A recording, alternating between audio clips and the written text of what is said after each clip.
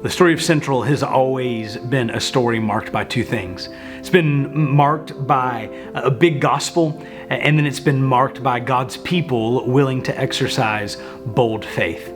If we were to go back 85 years ago to 1938, the Great Depression's coming to an end, although the people at the time, they weren't sure that it was going to end anytime soon, and yet there was still a group of people there in downtown Sanford convinced that our community needed a new gospel work to proclaim the gospel to our neighbors and the nations. And so even though they might have been unsure about how they were going to pay for this or how they were going to fund it, they were convinced that God had led them to it and that God would do it.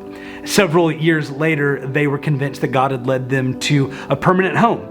And from the 1940s through World War II on into the 80s, they would continue to meet there. And yet then in the mid-80s, once again, Central became convinced that it was time to step out in bold faith and to go to a place, to go to a piece of property that didn't necessarily make sense to those watching, but they were convinced that the Lord had called them to go, and they were going to exercise bold faith as they went.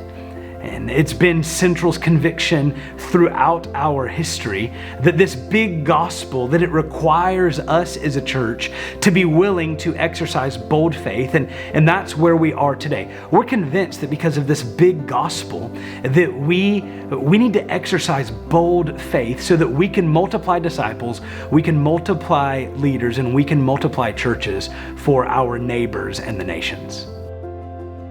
We've come to this place in the life of our church that isn't new for the life of our church, but it's new for many of us. And it's this crossroads, this defining moment for where we are and who we are as a church. Over the next 5 years, it's projected that 40,000 new neighbors will be moving into our community. And we are not ready for them. The current layout of our facility when it comes to kids and student ministries, when it comes to our parking lot, and when it comes to any number of other ministries that we have here at Central, are nearing max capacity. God has been so faithful in using Central Church to make a spiritual impact among our neighbors and the nations for over 85 years. And it's because God has been so faithful in using our church that I want to introduce you today to the Imagine Initiative. The Imagine Initiative is a generosity campaign to upgrade our facilities and to fund the 2-year missions and ministry plan of our church. Together, we get to each imagine what sacrificial commitments the Lord would have us make as He uses us to bring to reality this vision that we believe is going to be beyond anything that we could ask or think or imagine.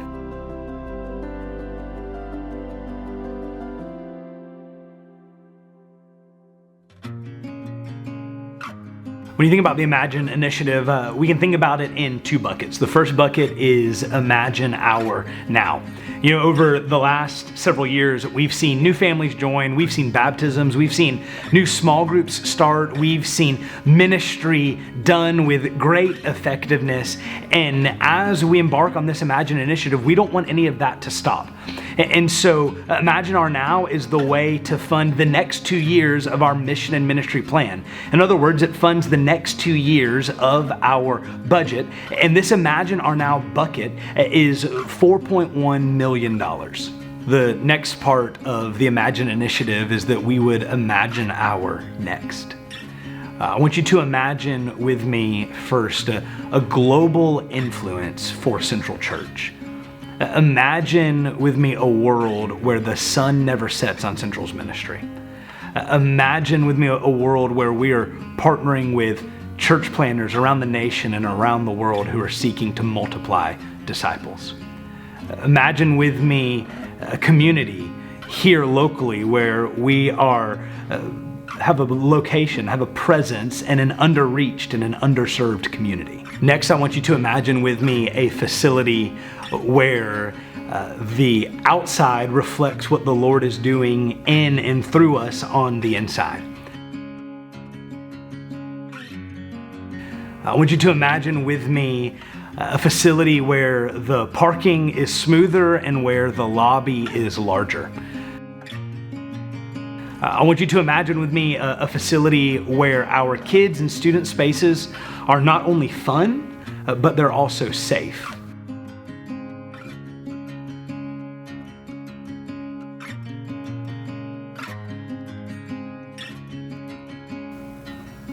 The goal for this Imagine Our Next bucket is $3.1 million. Here at Central, we're convinced that whoever wants the next generation most will get them, and we believe that's us. We believe we've been called to want the next generation most, and that we're going to do whatever it takes to reach and raise our kids and our students to know and love Jesus.